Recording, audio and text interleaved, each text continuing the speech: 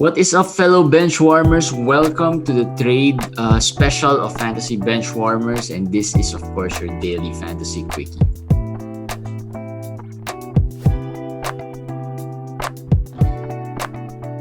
Alright, guys, it's the aftermath of the trade deadline, and how are you guys doing? Hopefully, your teams are not as impacted as, or at least if they are impacted, they were impacted the good way. So, how about you? Komish, how was your team impacted?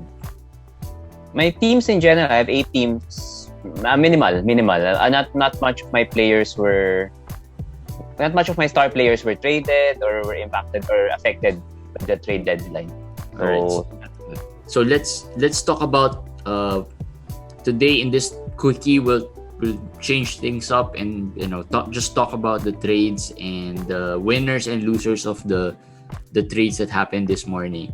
All right, so the biggest news, I guess, is biggest trade that happened is Nikola Vucevic going to Chicago. And yes.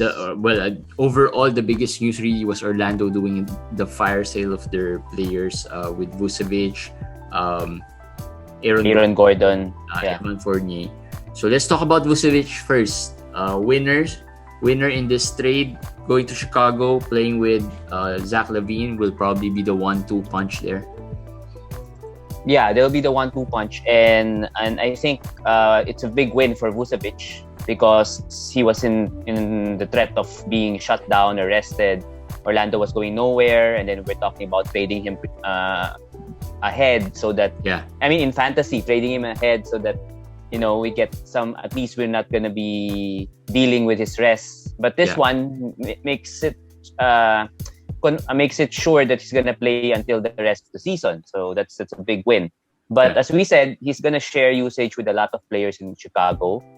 There's Zach LaVine, we know that. There's Thad Young, there's Lauri Markkanen, there's Kobe White. There's a lot more talent and a lot more depth in Chicago. Mm-hmm. So, of course, it's probably gonna hurt him a little. I mean, per average-wise, per game-wise, but we'll take that. I mean, that's a winner. I think talent-wise, I don't necessarily agree that the Chicago team is more talented.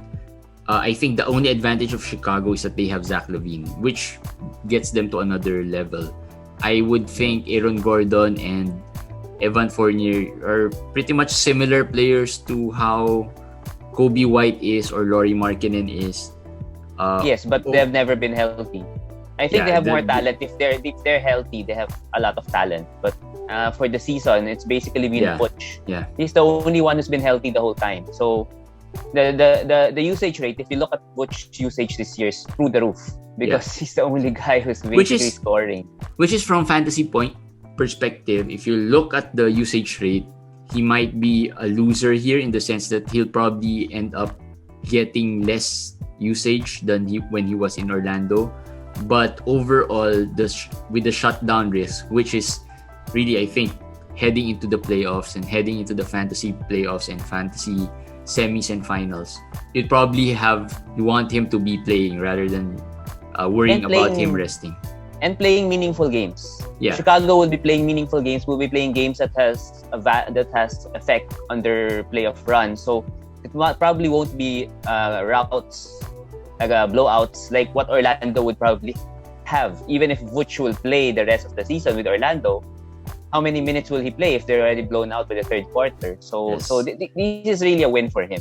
Yeah, agreed. All right, other players who were traded and are winners is Gary Trent. Gary Trent was traded to Toronto in exchange for Norm Powell, who we always felt was the luckiest fantasy player out there, having gone through lots of teammates who suffered injuries. Now, Norm Powell was moved to Portland, and I think the luck just ended right there. But let's talk about Gary Trent first. Gary Trent would have been a big winner if Kyle Lowry was also traded. But Lowry, as we know, stayed in Toronto, so that's a little dampener to the Gary Trent train ride, or the Gary Trent train. But I think if you say that he's gonna replace Norman Powell in Toronto, he doesn't have the exact same skill set with the steals and everything, but he can approximate it a little bit. At least he will be better, in my opinion, there than in Portland. Remember, Toronto also gave away Terrence Davis, gave away Matt Thomas. So they gave away most of the bench shooters, scorers. They gave them away.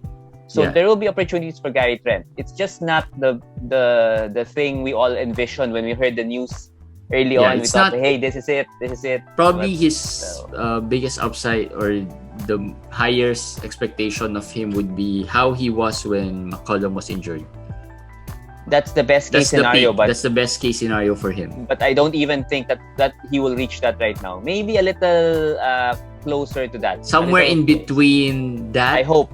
And somewhere in between that and the now, wherein he played with CJ McCollum. So, but overall, I think if you were thinking of dropping Gary Trent after a couple of bad performances with Portland, I think you better hold off on it first and see how it pans out with the Raptors. The player who the Magic got in exchange for Vucevic was Wendell Carter Jr., who hasn't really been playing in Chicago as much. So I think this is a big win for him going into the Magic team who have nothing at this point. Orlando is an interesting team. It's an intriguing team. We have to see how the rotation pans out.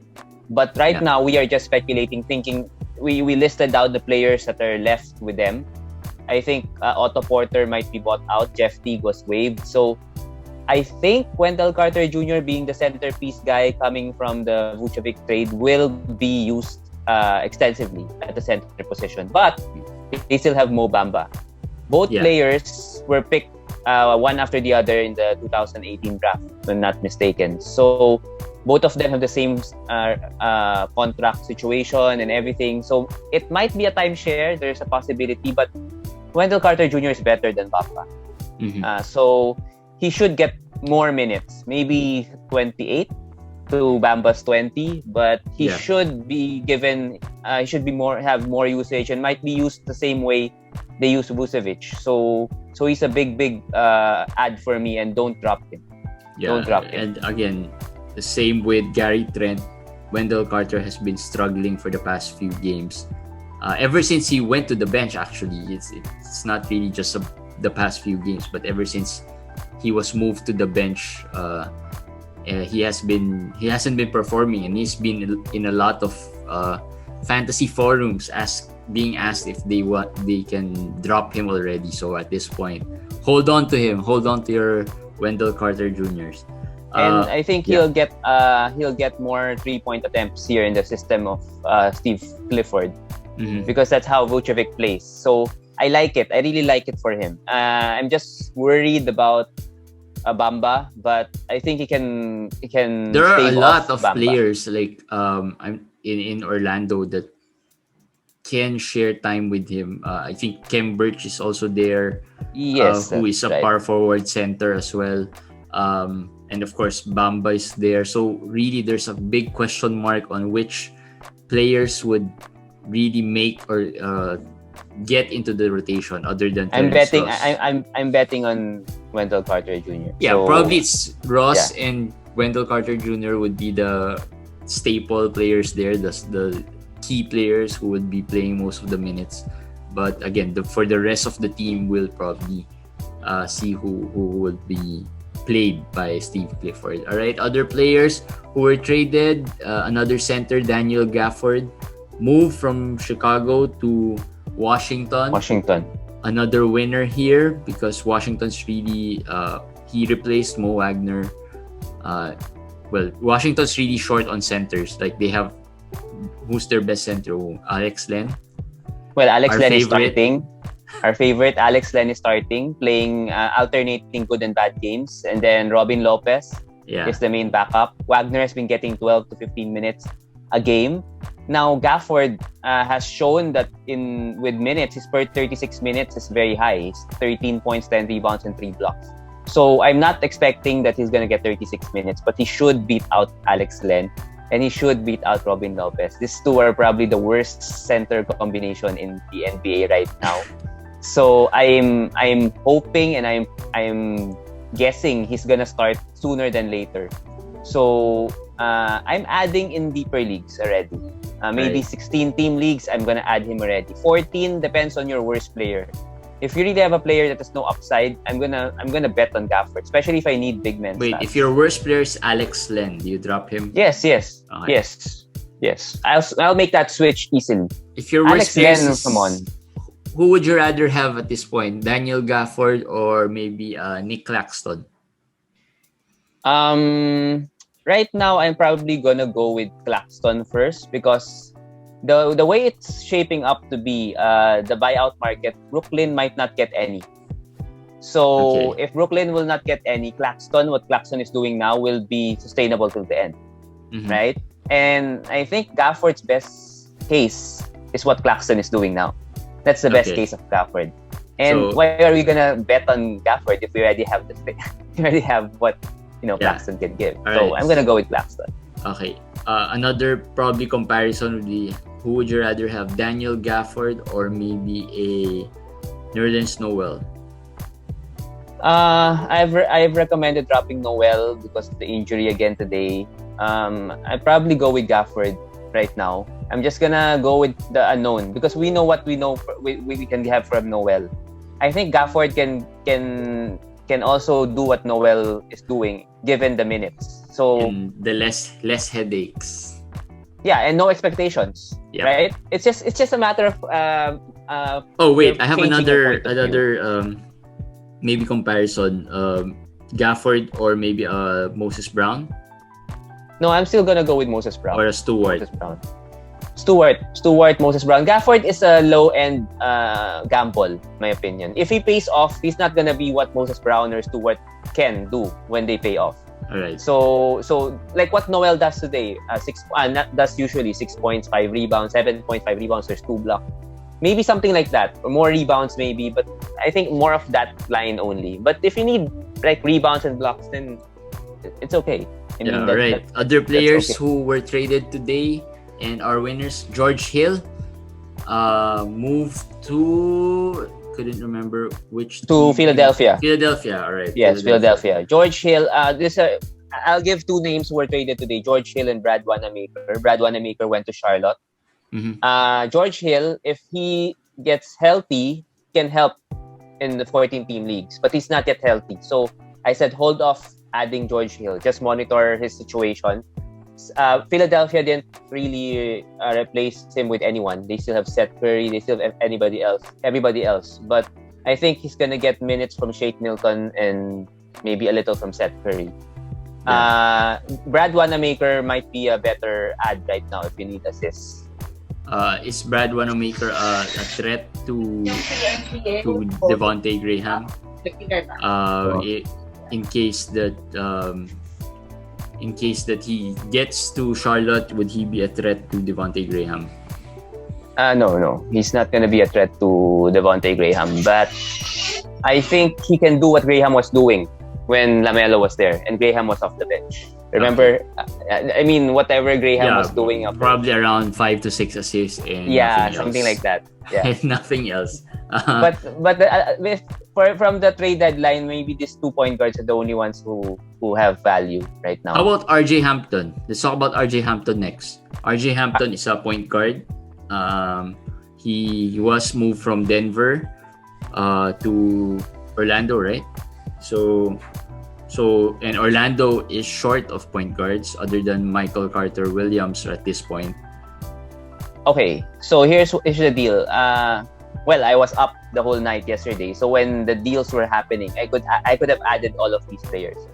I did not add RJ Hampton in any league except one, which is the 17 to 18 man league that I had.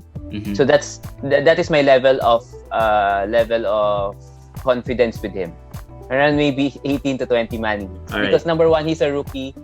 Number two, he was given some time in Denver. He did not really perform as well.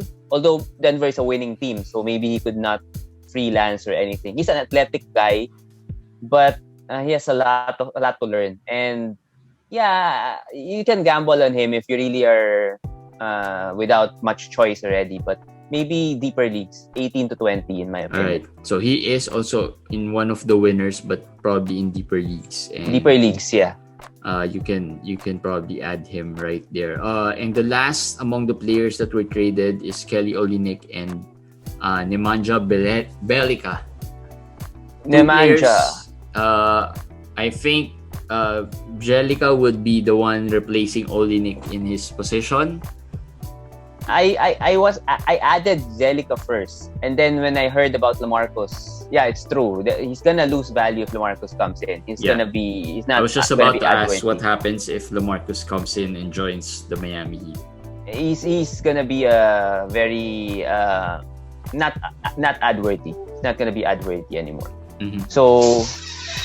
So it's basically Zelica. Zelica is for short term and for streaming purposes.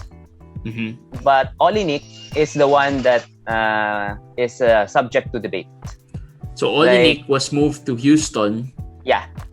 Who is quite short-handed, or at least short on talent, I guess, or short on how could I say this? They really don't have much. No, they're short. They're basically they're literally short. Yeah, actually, that's also one. They're literally short. So, Olynyk being a power forward in the center, who is he against with in terms of rotation? Christian Wood. I couldn't even think of who is the power forward in the Rockets team. Daniel House. Christian Wood, Justin Patton, DJ Wilson. These are the guys that he's competing with. I just do not know name value wise, he should beat them out. Yeah, I just do not know how much Houston. I just do not know how much. KJ Martin. There's KJ Martin. I just do not know how much Houston values Olynyk, but I feel he should be at least the worst case is like backup center and then backup 4 and 5 center and power forward. Houston is a no defense kind of team. Yeah, it's a mess. No defense, all offense kind of team, which is perfect for Olynyk. So if you're holding him right now, I think you should continue holding and see how he will perform in the system of the Rockets. If you're not holding him and you're in a deep league and you don't have you were not able to add the players we just said, I think Olynyk can be a good add. All right, so you could take your chances on Olynyk because he can perform given the minutes, and given that Houston doesn't have much to offer really in terms of fantasy players, he might be serviceable there as he was serviceable in Miami. Other winners now. Let's talk about players who were not traded, but probably were affected by the trades that happened within their team, and of course, I would say everyone would probably agree the biggest winner here is Robert Williams, Time Lord, who will now be unleashed. Hopefully. Well, they have no choice because Tristan Thompson is still out. So tomorrow, they still won't have Tristan Thompson there. So I don't think they'll play anyone at the center position other than Robert Williams. We're not sure if Mo Wagner will be available, but I'm sure.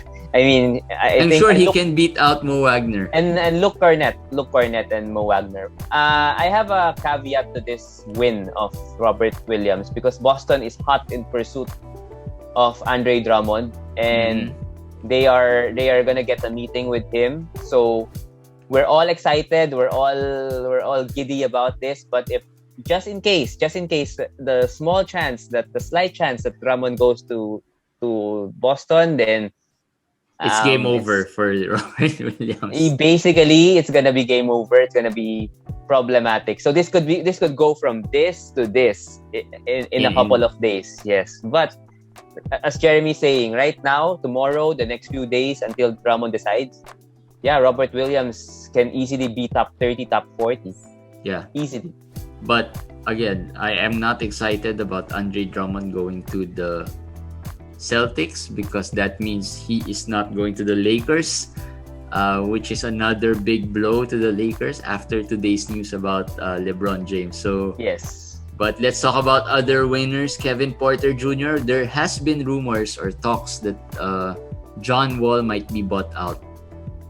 Actually, there were talks, and then they shut it down. They said he was not going to be bought out. But I know Wall is not happy. So, but there's no point for Wall. I mean, if I was John Wall, I'd probably think. But he still owed, I think, $80 million.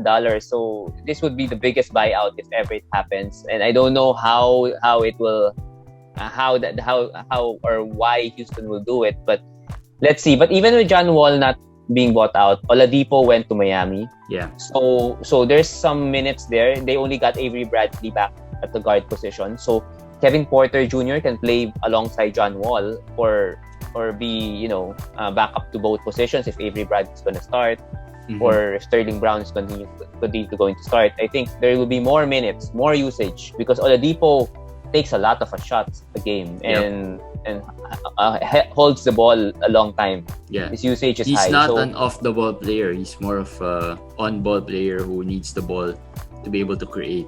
Yes. So there's opportunity for KPJ.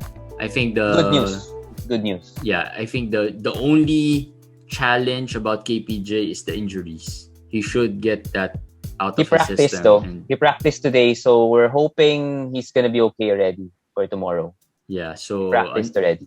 Another two players from Toronto. Of course, I'm not.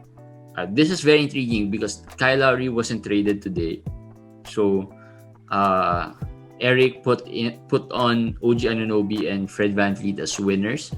Maybe because of the departure of Norm Powell, but I pretty much expect them to have similar value as they were before the trade deadline. I think OG will be better. I think OG will take a lot more defending. He has been good though, so let's put it there that he has been really good over the past few games. Gary Trent and Norman Powell may look the same, but Trent is small. He's way smaller. He's way smaller. He can play small forward, but I don't think he can guard the big small forwards. And OG will get more minutes as a result. And actually, it will not surprise me if they start big and put Aaron Baines back to starting position and OG back to small forward position, and then just give him a lot more minutes in the other positions as well. So yeah, I think that's a very realistic thing that can happen for Toronto. Yes. Fred VanVleet. Well, Fred VanVleet's still solid. So Fred VanVleet's solid, and I think again Norman Powell taking a lot of shots, taking a lot of attempts, taking the scoring of Norman Powell. I don't think Gary Trent can really approximate that. So I think Fred VanVleet is gonna get some part of it. Yeah, and of course, probably one of the biggest winners here in the trade deadline is Terrence Ross, who was left. Probably had the best Twitter reactions of the night of the trade deadline. He has been left alone after his former teammates have been traded one by one. Terrence Ross, well, I don't know why Orlando didn't trade him. There were rumors. No one might have wanted him. No, I mean, or if I were the Lakers, you mentioned to me the rumor about. Yeah, there were reports that the Lakers were quite interested. They should have gotten that. I mean, Terrence Ross would have been great right now for them. I don't know why, how, or whatever happened and stayed with Orlando, but right now it's gonna be like he's like gonna be a PBA import. The import here, he's gonna take all the shots. He's gonna create everything. There's really no one there. There's really no one there in Orlando at this point. The problem is his knee is still sore, and his knee will be sore after playing one or two more games because he's gonna carry the team. So I don't know how many more games he's gonna play. And having said that now gives me the question of how does Chuma Okeke plays into this. He is in Orlando, and he is one of the players that's being added by some fantasy managers as a speculative ad. Is he going to be the guy that can, replace some of these players from Orlando or the He top should. guy there. Yeah, he should. No So Aaron should Gordon. you add Okiki right now? Again, I did not add him in any leagues, but I love Okiki. Even before the season, I love him. But I saw how Steve Clifford is hesitant to use him major minutes because they said before the season was they were monitoring his minutes because of the ACL injury. So I don't know, even if there's no more players left in Orlando, will they give him 30 minutes a game? Because they said he has some ACL problems and soreness and stuff, and they want to be cautious. So that is, I'm hesitant. But if you look at the lineup, Wendell Carter Jr., Okiki, Terrence Ross, and then maybe Cole Anthony if he comes back, that should be the starting five. Plus maybe, I don't know, Dwayne Bacon or Gary Harris. Maybe Gary Harris should. Yeah, we forgot about that, Gary Harris. But Gary Harris is injured also. So there's a lot of moving parts here. I mean, if Gary Harris was healthy, yeah, maybe Gary Harris would be okay. But he's not healthy. Terrence Ross is also not healthy. They're not playing. So I don't know who's going to play. There's still Dwayne Bacon. That's the big question mark in Orlando. Right? And if Gary Harris was healthy, he'd probably be one of the winners here because it's really going to be him and Terrence Ross, which would be the main guys here, and Wendell Carter Jr. But again, Wendell Carter Jr. is not a dominant big man. So we don't really expect him to do the heavy lifting. Anyway, we'll find out in the next few weeks, or at least before the week ends. We'll update you guys. Yeah, before week 13 ends, we'll talk about some of these players in our usual daily quickies. Let's talk about losers here. Norm Powell probably loses a lot of value and we can already see it. I was watching the Portland game today, and I have Dame Lillard as one of my players, and I could already see how the return of CJ McCollum really hurts the value of Dame Lillard. How much more a player like Norm Powell? Yes. Will he start? Will he come off the bench? That's another question. I think if I'm the coach, I'll put him off the bench because they need some scoring off the bench. Remember, Yusuf Nurkic is coming back tomorrow. Yeah. So everybody's healthy. The whole cavalry is back. And yes, Lillard is gonna get affected. Norman Powell's magic potion has run out. Unless tomorrow when he plays, CJ McCollum suddenly gets injured, then I'll really Don't say that. I'll really have him checked. CJ McCollum just had a great game today, and but let's see if the magic potion of Norman Powell will continue. But if they're healthy, I know I'm not saying it's a drop, but it's a big drop. I mean, I don't say you drop him, but it's a major drop from his previous performance in Toronto to what he will be doing in Portland. It's a big dip. Not even the bench role Norm Powell. I don't think he'll. I don't think he'll get there. They still have Carmelo. They have Carmelo. Yeah. I mean, there's still a lot of players there who can score. That's the thing. That's the thing. And they still have Robert Covington. Thinking about it right now, yes. They're deep. I think from a real basketball point of view, they got better. They got way better. Yeah. But from fantasy perspective of Norm Powell, I think he loses a lot of value with this trade. Moving on to the next trade, I guess let's talk about the Orlando players once again. Losers. Aaron Gordon and Evan Fournier were traded. Of course, they were part of the fire sale that Orlando had of their players. Of course, we expected Aaron Gordon to be shipped out. Fournier, we kind of expected it. Gordon went to the Nuggets. Will probably have some value, but not as good as the one he had in Orlando. In Orlando, he was like the point forward. He was like getting more assists. The second number 2 guy, or maybe number 3 guy. In the pecking order 2 or 3, and then he's a point forward. He's getting a lot more attempts. He's a leader of the team. He's one of the older guys in the team, or the guy with the longest tenure with Orlando. Now in Denver, he's gonna start. He's gonna replace Jeremy Grant's role before. So he should start with Michael Porter Jr., who I forgot to put, but yeah, he's another loser here. He's a big loser, Michael Porter Jr. I don't know who will get more, who will be higher in the ranking in their team, Michael Porter Jr. or Aaron Gordon. Maybe the same, and that's a problem because you have Jokic already and you have Jamal Murray. They're fighting for scraps. You have Will Barton also, who's another loser. Yeah, and by the way, yeah. So Aaron Gordon probably replaces Paul Millsap in the starting lineup. Yes, as the power forward. Let's talk about Evan Fournier. Fournier moves on to Boston. Another fantasy value killer for Evan Fournier. Basketball again. If we talk about the real basketball sense, I'm sure Boston fans would be happy. Well, actually, they're not happy. I mean, because did they search Fournier in Google? That's maybe, but Boston has a 17-point-something million trade exception, and that was the one they're holding on for so long, looking for a star player to use it, and they used it exactly on Evan Fournier. $17 million is the salary of Evan Fournier, and the Boston fans are like, you waited for so long to use it on this guy. I mean, we don't even need him. We need someone like bigger, like a big man. But Fournier is an expiring contract, right? Yes, he's an expiring contract. But so if they don't use that now, I mean, no, they could use it in the off season. I think there was still a chance to use it in the off season, and there were already chances previously. Yeah, but they didn't use it. So maybe Danny Ainge saw something in Fournier.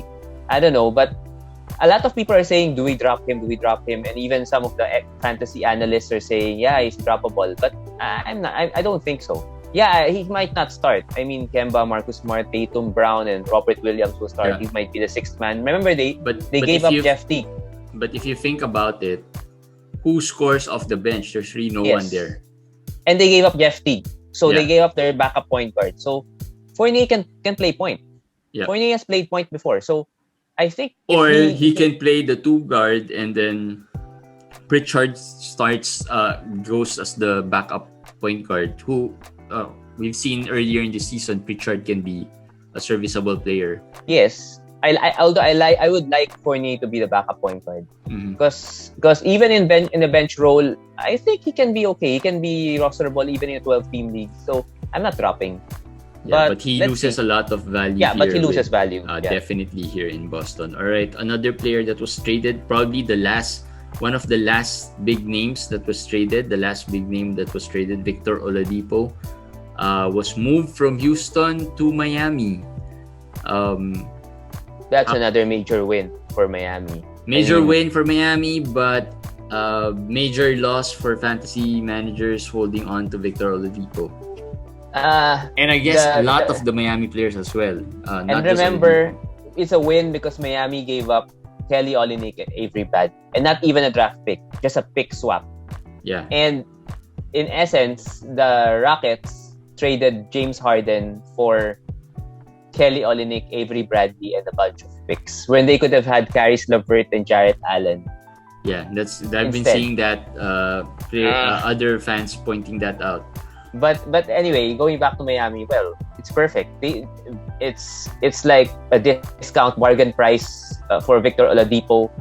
But again, a follower of us mentioned that he should not be a loser because in Houston he could have been shut down. He could have been rested.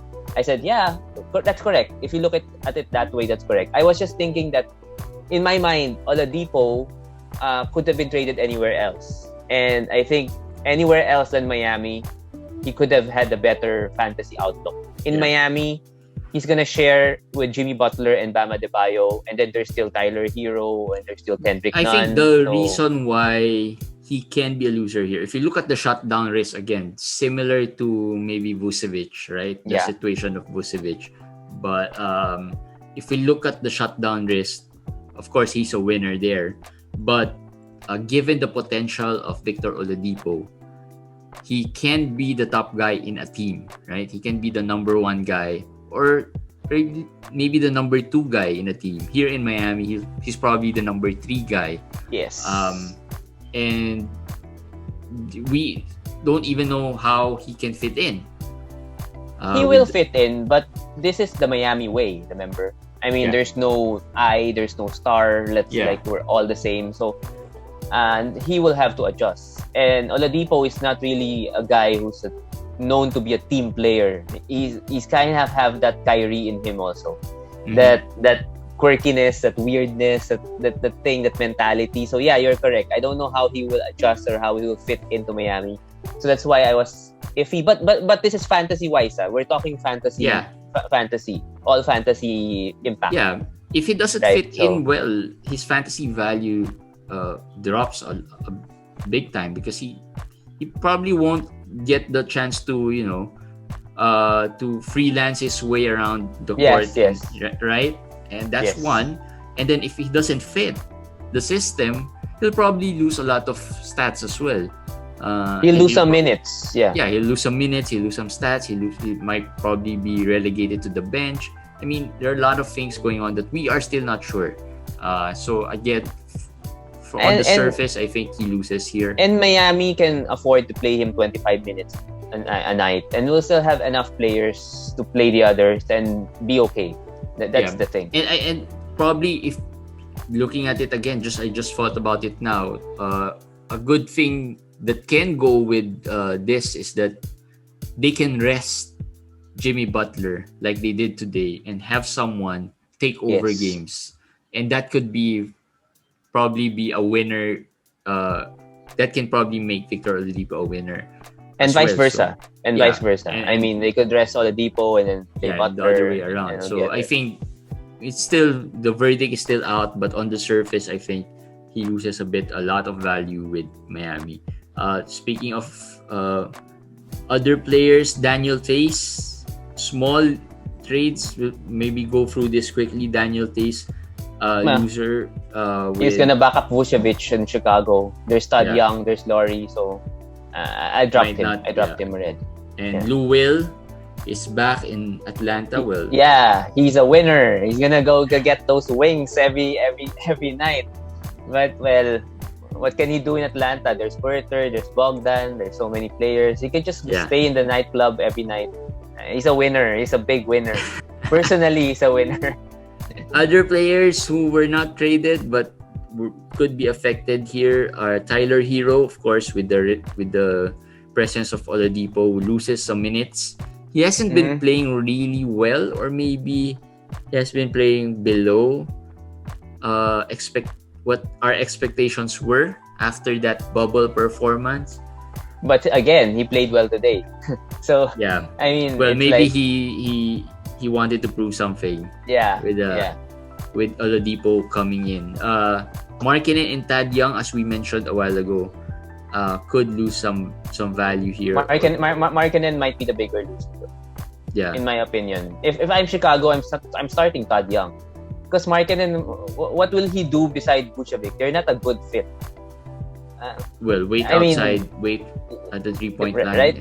Yeah, so I'd rather have him as a sixth man, like what Wendell Carter Jr. became. So I don't know if Billy Donovan's gonna do that, but that's what I'm gonna do if I'm the coach. All right. Another player who loses, Moses Brown. A lot of the managers are asking about Moses Brown. Should we drop Moses Brown? Should we drop him for this player and that player? What do you think? I'm staying. I'm holding. Again, Horford was not traded, so that's another thing. I think this is more of a loss for Horford than Moses Brown, because OKC's gonna rest Horford a lot of times. They're just gonna be happy with playing Moses Brown and Tony Bradley 24 minutes each, and let Horford rest and let him just be in his bathtub and just sip some wine and stuff. Yeah. But Moses Brown will definitely got hurt by this Tony Bradley's entry. But I'm not dropping him. I think even in limited minutes, he's shown that he can contribute rebounds and blocks. So yeah, and he's shown that he can coexist with Al Horford, and we don't even know Bradley. If Tony Bradley would start, right? Because he's really not that type of player. Even in Philadelphia, he wasn't even the best center there after Joel Embiid went down, right? It was really more of them putting him in the starting lineup, see what he can do. But it was really, many managers were expecting Dwight Howard to be a lot better than Tony Bradley. So we'll see what happens here in OKC with the center position. At the very worst, it's a three-man rotation. I mean, like what Boston is doing. And that's what will happen. Horford might play some power forward. Three-man center rotation, but on most nights it'll be just Moses Brown and Tony Bradley. Yeah. Because I probably think Al Horford is gonna be resting a lot. Really a lot. And that's the worst thing that could happen for Al Horford owners. All right, guys, that's the list, the rundown of all the winners and losers we have on this trade deadline. We could, even talk about a lot more things here, but we've got limited time. Maybe we'll talk about it in the future daily quickies that we do. But just a quick question to Komish. If you were the Lakers and the Heat, would you have given Tyler Herro or Talen Horton-Tucker just to get Kyle Lowry? Because that was the contention. Toronto wanted any of those two players. Both teams were hesitant to give any of those two players. Miami is correct. I mean, they had Oladipo in the back pocket, so they had a plan B. Yeah. And I'm not even sure Lowry is a better player than Oladipo. I mean, he is, but I don't know that it's worth giving up Tyler Herro. Yeah. Right? So I'm okay with what Miami did. But the Lakers... As a Laker fan, are you happy that they're not able to get... I love Talen Horton-Tucker. I love the kid. I mean, and there is something... It's like in fantasy, right? When you're the one who picked this player out of nowhere and then he explodes, it's like, no, this is my baby. This is the guy I discovered. I'm not going to trade him for you. It's just the same thing with the Lakers. Like, they were the one who picked Talen Horton-Tucker in the second round. Nobody wanted him. Nobody believed in him.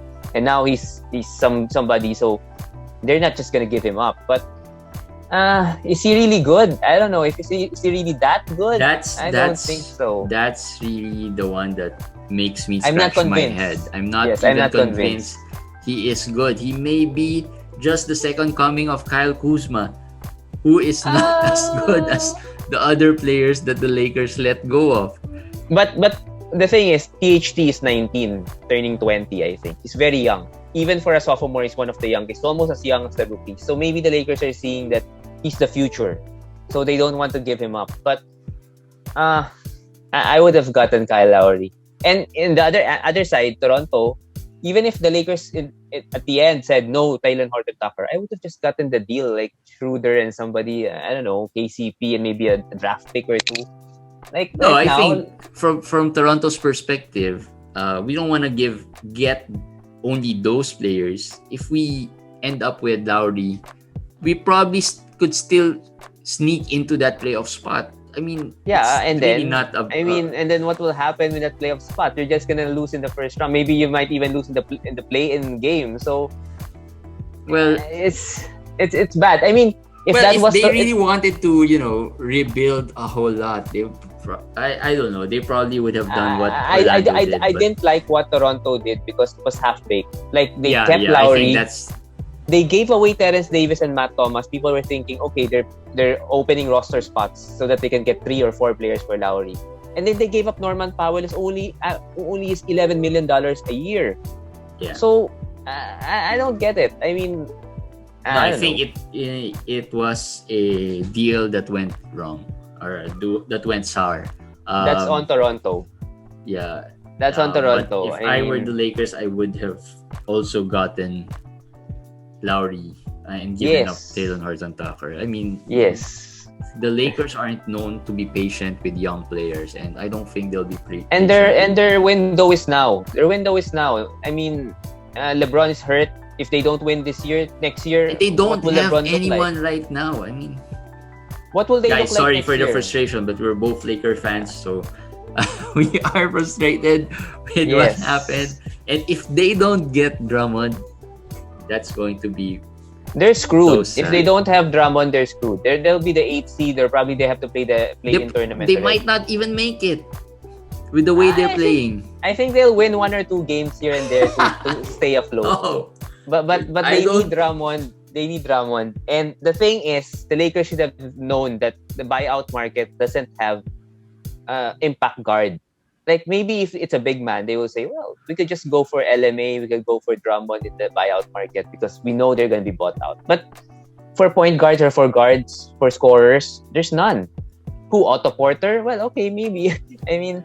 Anyway, we'll talk more about that, those types of trades, real basketball talk, in our weekly episode, which will be released tomorrow. We'll record it tonight. Of course, we'll have guests there.